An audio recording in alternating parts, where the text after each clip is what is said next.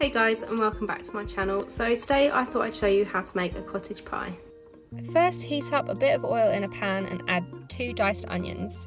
As you can see, I chop and freeze my onions once a month to save time and money. Cook the diced onion and minced garlic.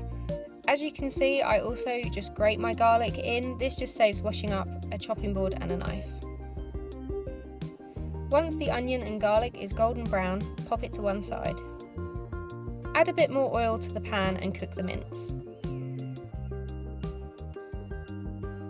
Once the mince is cooked through, add the onion back in and mix. Add in a tin of chopped tomatoes and 2 tablespoons of tomato puree. Just keep mixing this as you go. Add in 1 beef stock cube, 1 tablespoon of Worcestershire sauce, 4 tablespoons of plain flour, mix dried herbs, and then you just want to season it with salt and pepper. Again, just keep mixing. Pour the beef mixture into the bottom of an oven-proof dish. As you can see, I had quite a lot, so I made 2. Now you're going to make some mashed potato, but I already had some leftovers from the night before when we had bangers and mash, so I'm going to skip this step and just spread it on top of the meat. To make mashed potato, it's really easy.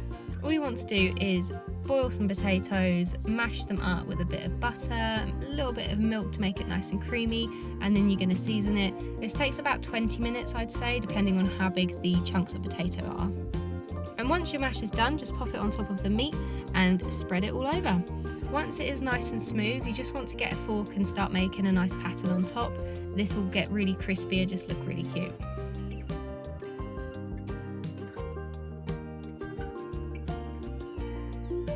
Place it in the oven on about 220 degrees Celsius until the top is golden brown. And there you have it, look at that delicious cottage pie. This is definitely a family favourite over here in Britain. It is super easy to make, nice and cheap, and just so yummy.